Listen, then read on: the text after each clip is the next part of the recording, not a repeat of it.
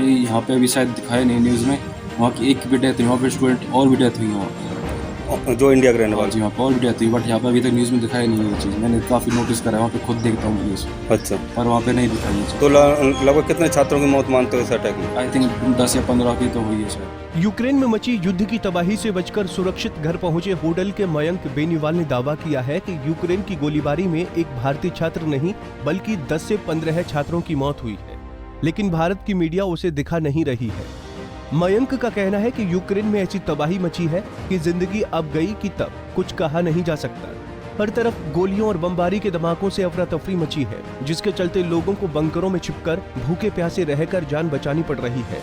हालांकि मयंक बेनीवाल अब सुरक्षित घर पहुंच गए हैं, लेकिन घर पहुंचने के लिए मयंक और उनके साथी छात्रों को पोलैंड बॉर्डर तक पहुंचने के लिए कैसे जान की बाजी लगानी पड़ी, आप खुद मयंक की जुबानी सुनिए। कैसे हालात थे वहाँ पर? वहाँ पे लड़ाई की जी बहुत ज़्यादा गंदी सिचुएशन चल रही थी वहाँ पे, और ऑलमोस्ट सारा यूक्रेन रशिया ने कवर कर ही लिया था। काफ़ी अटैक हुए वहाँ पे, सुबह से लेकर शाम तक अटैक चलते रहते थे काफ़ी वहाँ पे। तो बच्चे वहाँ पे काफ़ी पैनिक हुए थे डर के मारे थे। तो वहाँ पे हमें अलर्ट भी मिला था कि भाई कभी भी अटैक हो सकता है तुम पे, तुम अपनी सेफ्टी रखो। इंडियन एम्बेसी ने कॉल भी करा था कि हमें यहाँ से सेफली हमें इंडिया वापस पहुँचाओ। तो उन्होंने ये बोला कि तुम क्या अपनी रिस्क पे जा सकते हो बॉर्डर तक, उसके बाद हम तुम्हारी हेल्प कर सकते हैं, उससे पहले हम कुछ नहीं कर सकते। तो हम 1300 किलोमीटर खुद अपने रिस्क पे 150 स्टूडेंट गए थे बॉर्डर तक। वहाँ पे कौन से भी बॉर्डर तक? वहाँ पे हम गए थे पोलैंड के बॉर्डर तक। तो वहाँ पे हमारे बीच में बस खराब हो गई, 10 घंटे हम वहाँ पे खड़े रहे थे। वहाँ पे काफ़ी डर था कि भाई कुछ हो ना जाए जैसे। तो उसके बाद जैसे वहाँ पे पूरे दिन निकल गए एक तरीके से। फिर उसके बाद हम वहाँ पे गए हैं, वहाँ पे फिर इंडियन एम्बेसी थी वहाँ पे, उन्होंने काफ़ी हेल्प करी। फिर इधर से नरेंद्र मोदी जी ने अपनी फ़्लाइट भेजी, मिलिट्री एयरफोर्स भेजी है। तो उसमें कम से कम लगभग 500 से 600 स्टूडेंट्स आए हैं, और हालांकि अभी उन्होंने और भी भेजी हैं। डेली एक से एक फ़्लाइट जा रही है वहाँ पे, तो काफ़ी हेल्पफुल हो रही है अभी। तो जिस तरह से आप 1300 किलोमीटर चल के पोलैंड बॉर्डर पर पहुँचे, हाँ तो जी। कैसा अनुभव रहा था वहाँ पर? डर था जी भाई, क्योंकि 1300 किलोमीटर काफ़ी ज़्यादा लंबा डिस्टेंस हो जाता है। डर था क्योंकि रास्ते में जितने पेट्रोल पंप थे ऑलमोस्ट वो सब अटैक से तोड़ ताड़ दिए थे बिल्कुल एकदम। डर भी था वहाँ पे। रास्ते में कम से कम 5 या 6 बॉर्डर पड़े थे वहाँ पे। मिलिट्री चेक कर रही है, स्टूडेंट्स के डॉक्यूमेंट्स चेक कर रही है, कहाँ से जा रहे हो तुम, क्यों जा रहे हो।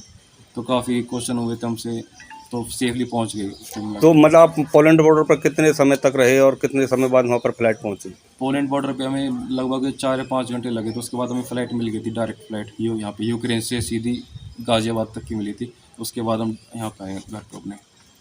तो जो और मतलब बताया जा रहा है कि कुछ छात्रों की भी मौत हुई है, तो जब छात्र की जो मौत हुई तो किस तरह का, जो आप सभी वहाँ पर जो छात्र थे इंडिया के, तो किस तरह का माहौल था उन सबके बीच में? वो जो मौत हुई थी वो खारकीव की स्टूडेंट था, वहाँ पे उसकी डेथ हुई थी। वो गया था मार्केट में, जब वो मार्केट गया था उसी टाइम अटैक हुआ था, तो उसकी सडनली वहीं पे डेथ हो चुकी थी ऑलमोस्ट वहाँ पे।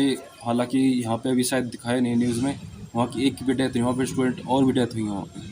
जो इंडिया के रहने हाँ वाले। जी, वहाँ पर और भी डेथ हुई, बट यहाँ पे अभी तक न्यूज़ में दिखाया नहीं ये चीज़। मैंने काफ़ी नोटिस करा है, वहाँ पे खुद देखता हूँ मैं न्यूज़, अच्छा, पर वहाँ पे नहीं दिखाई ये चीज़। तो लगभग कितने छात्रों की मौत मानते हो इस अटैक में? आई थिंक 10 या 15 की तो हुई है शायद। अच्छा, खाली एक ही दिखाया गया? हाँ जी। मयंक बेनीवाल की माने तो 25 फरवरी को लगातार रूसी सेना यूक्रेन पर हमले कर रही है। कभी फायरिंग तो कभी बमबारी से चारों ओर तबाही का आलम बन चुका है। हालांकि भारत सरकार द्वारा यूक्रेन में फंसे भारतीयों को बॉर्डर से वापस लाने के लिए रेस्क्यू ऑपरेशन जारी है, मगर यूक्रेन के अंदर भारत सरकार कोई भी मदद नहीं पहुंचा पा रही है।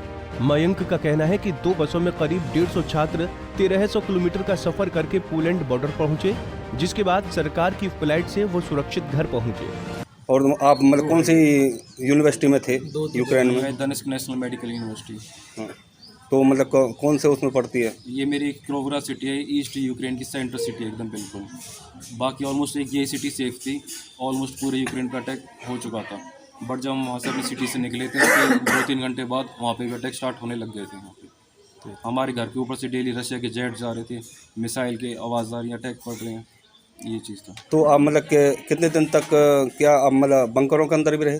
नहीं, हमारा जो फ्लैट था मतलब वो सेफ़ था वहाँ पे, तो उसकी हमें ज़रूरत पड़ी नहीं। बाकी हमारे पे सेफ्टी इक्विपमेंट्स था हम पे ऑलरेडी, कि हम उसमें जा सकते हैं। जो बट हम काफ़ी 8 लोग इंडियंस थे, तो हम एक जगह ही रहते एक फ्लैट में। सारे अपने ऑलमोस्ट सारे फ्लैट छोड़ दिए, एक फ्लैट में रहते थे हम लोग। अच्छा, क्योंकि डर भी था काफ़ी, हम बाहर जाते थे तो 8-8 लोग मिलके एक साथ जाते थे, मार्केट भी जाते थे। अच्छा। सब चीज़ वहाँ पे बंद कर दिया। तो सिर्फ ओनली जो मेन चीज़ होती हैं, जैसे कोई ब्रेड की शॉप हो गई, सब्जी की शॉप हो गई, ये ओपन थी, बाकी सब कुछ बंद था वहाँ पे। तो मतलब खाने की कैसी व्यवस्था रही फिर? खाने की तो सही थी, बट बच्चों के मन में डर था वहाँ पे कि भाई कुछ होना चाहिए, क्योंकि जिस हिसाब से रोड पे आर्मी घूम रही है, टैंक चल रहे हैं, तो थोड़ा डर लगता है।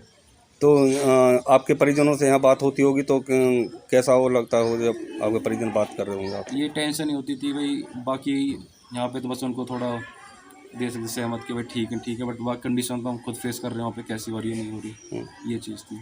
तो जब आपके परिजन फ़ोन करते होंगे तो आपको कैसा लगता होगा? जब परिजन तो ठीक, बट उस टाइम नॉर्मल लगता था, बट बाकी बात जब नहीं होती थी उस टाइम थोड़ा डर रहता था कि भाई अटैक आवाज़ आ रही है, क्या करें। सारे स्टूडेंट्स डर जाते थे, लाइट्स बंद करनी पड़ती थी रात को। हम पे यूनिवर्सिटी से मैसेज आता कि रात को अपनी लाइट्स बंद कर लो, मिलिट्री घूम रही है, ये घूम रहा है, थोड़ा डर था। उधर बेटे के सुरक्षित घर पहुंचने पर परिवार में खुशी का माहौल है। परिजनों ने मयंक बेनीवाल का फूल मालाओं के साथ स्वागत किया और इस दौरान मयंक के पिता ने मोदी सरकार का आभार जताते हुए छात्रों के लिए भावुक अपील भी की। इस बारे में हम नरेंद्र मोदी जी का बहुत बहुत धन्यवाद करते हैं जी, और उन्होंने हमारे बच्चे को ला दिया। बाकी डेथ अब हमारा बच्चा काफ़ी बता रहा है, 8-10 बच्चों की हो चुकी है, जब पेपर में 2 ही दिखाए गए हैं। हम नरेंद्र मोदी जी का बहुत बहुत धन्यवाद करते हैं, और आप पत्रकार महोदय का बहुत बहुत धन्यवाद करते हैं, और यहाँ बस्ती में आए हुए लोगों का धन्यवाद करते हैं। हमारा बच्चा सही सलामत आ गया। तो आपकी वहाँ बात होती होंगी, आपके बच्चे थे तो कैसा माहौल था आपके घर यही में? बना रहता था जी, जो भी बात होती थी बराबर जो है। बाकी बच्चा ठीक है, सकुशल है, बाकी चिंता तो बनी रहती थी। तो आज जब आपकी बात हुई थी तो उस समय आपको कैसा लग रहा था? जो आज बहुत खुशी है, सब बच्चा आ रहा था सभी लोगों को, और कॉलोनी वालों ने भी बड़ा सहयोग किया, सब आए हैं, टाइम निकाला है, बेशकीमती। और कॉलोनी वालों को भी वो था कि भाई तो बार बार पूछते थे। हमारे भीम मास्टर जी हैं, और भी लालाराम जी हैं, विजेंद्र मास्टर जी हैं, पालरी वाले, बराबर पूछते थे क्या हाल है जी। मैं सब देखो जी ऐसा ही हाल है, जब आज देखेंगे सब जैसे इस तरह से। तो आज मतलब परिवार में कैसा माहौल है?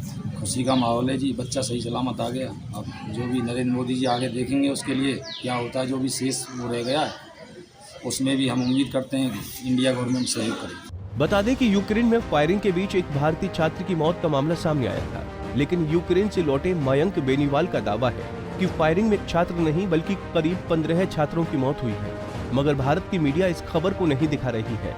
बहरहाल मयंक के दावे में कितनी सच्चाई है ये तो छानबीन का विषय है, मगर जिस तरह से यूक्रेन में रूसी हमले ने तबाही मचाई है उसमें कुछ भी हो सकता है। होडल से हरिओम भारद्वाज, पंजाब केसरी टीवी। हमसे जुड़े रहने के लिए हमारे YouTube चैनल को सब्सक्राइब करें और नई वीडियो की नोटिफिकेशन के लिए बेल आइकॉन को दबाएं। अगर आप ये वीडियो Facebook पर देख रहे हैं तो लाइक जरूर करें और ज्यादा से ज्यादा शेयर करें। धन्यवाद।